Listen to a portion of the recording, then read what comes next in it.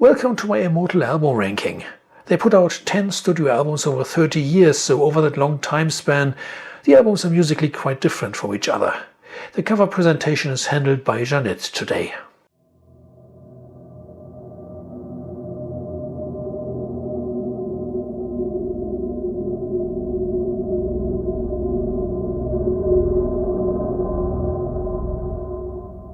On their fourth studio album, Immortal became increasingly complex. The songs were difficult to digest. Abath said in an interview with Nordic Vision magazine, Blizzard Beasts became too much Morbid Angel influenced, maybe. But in any case, I never really liked it and didn't play it as often as other Immortal albums.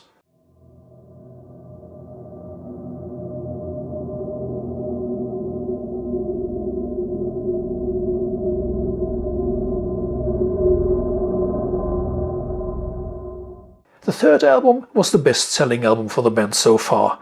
The promotion tool to achieve that was quite unusual. They put out 2 songs from the album as videos on a tape called Masters of Nebula Frost.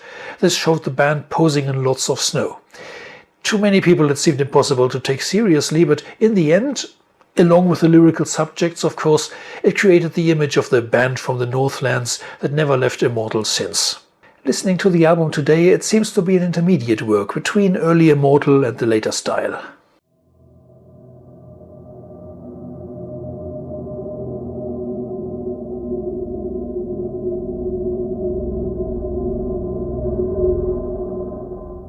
Hampton Black was kinda like Immortal's thrash album.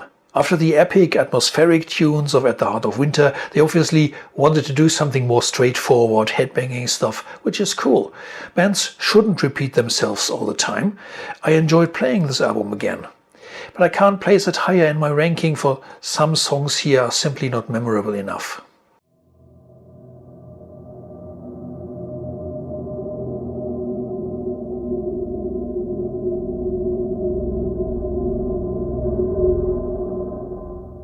The latest album is always difficult to place in a ranking because you don't know yet if it will stand the test of time. An album is only good if you still play it 5 years later. My current impression is that War Against All is a good continuation from Northern Chaos Gods. The title track, War Against All, is a great opener. Immortal is an impressive band anthem. But there are also tracks like Nordlandir, which drags a little, and Blashirk My Throne feels like an unnecessary sequel.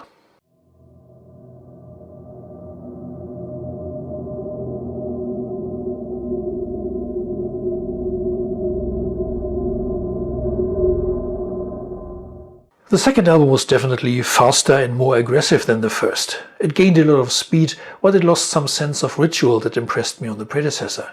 It's still a strong black metal album, but maybe lacks some of the typical Immortal trademarks, and the production was not as good.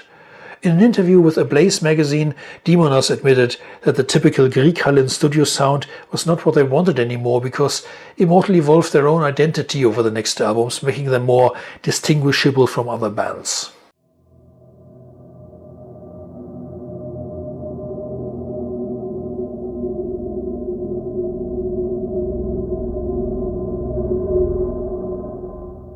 The first album was also the first that I bought, so I can say I've known Immortal for a long time.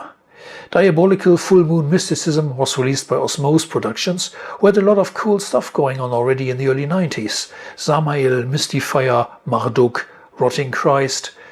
In an interview with Deftone magazine, Abath complained that too many people said the LP sounded totally like Bathory. I don't think so. Certainly that is an influence you can trace, but Immortal added a good deal of their own ideas already. It remained a black metal classic.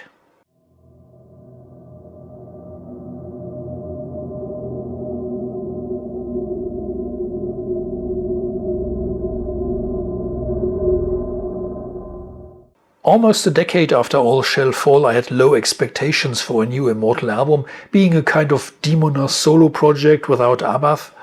But then it was really good, worthy to bear the name Immortal on the cover.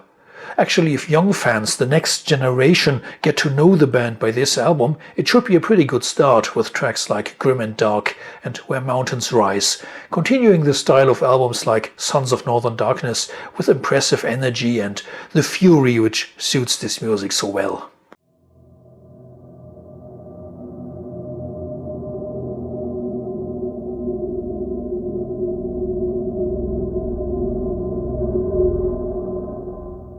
This album is probably the most accessible Immortal album. Abath takes us a step into the power metal direction that his solo albums will pursue further. A problem with this album is the lack of variety.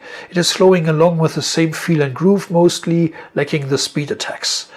I also understand if black metal purists consider a song like Mount North, for example, to be too melodic. But personally I like this style, which is still very cold and gloomy, so I surely played All Shall Fall more often than some other albums of the band. Also because it remained the last Immortal album for nearly a decade.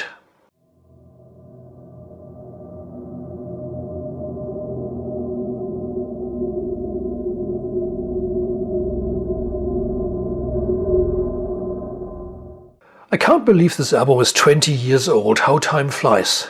Sons of Northern Darkness is the logical follow-up to the epic Heart of Winter and the thrashing Damned in Black, combining the strength of both with excellent musicianship in tracks like One by One or Antarctica, for example. If I put it on number 2, it's just because it was less surprising then.